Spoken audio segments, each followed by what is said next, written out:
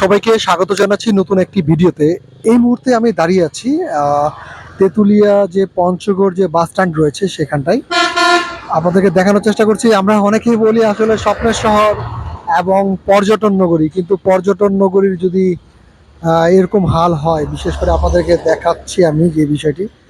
আপনারা দেখবেন যে আসলে এই যে এত ময়লা আবর্জনায় এখানে যে তেঁতুলিয়া যে বাজার রয়েছে, সেই বাজারের উদ্দিষ্ট যে ময়লাগুলো এখানেই ফেলছে রাস্তার ধারে। এখানে কিন্তু আসলে অনেক পর্যটক এই রাস্তা দিয়ে চলাফেরা করেন। তারা কি বলবে আসলে, আমাদের স্বপ্নের শহর বলবে নাকি কি বলবে?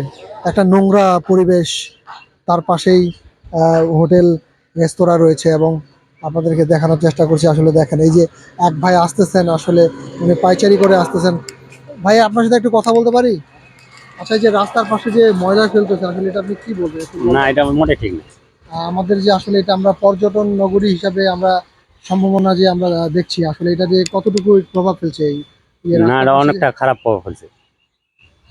তো উনি আমাকে যেটি আসলে বললেন যে আসলে রাস্তার পাশে এরকম ময়লা আবর্জনা ফেলে রাখার কারণে কিন্তু অনেক পর্যটক কিন্তু নেগেটিভ একটা ধারণা নিয়ে যাচ্ছে যে শহরের প্রাণকেন্দ্রেই যদি এরকম একটা অবস্থা। এখানে আসলে এখানে রয়েছে উপজেলা পরিষদ রয়েছে, উপজেলা প্রশাসন রয়েছে এবং বিশেষ করে ইউনিয়ন পরিষদ রয়েছে, অথচ কিন্তু কোনো দেখভালের কোনো ব্যবস্থা নেই। এখানে বাজারের যে কমিটি রয়েছে, বিশেষ করে বণিক সমিতির যে কমিটি রয়েছে, তারাও কিন্তু এখানে রয়েছে, অথচ এগুলো দেখভাল করার কিন্তু কেউ নেই।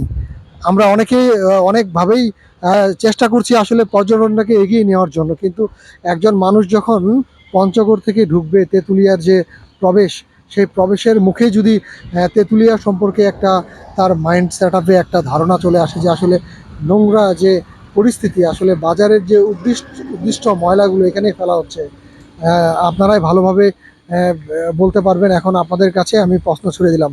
আল্লাহ হাফেজ।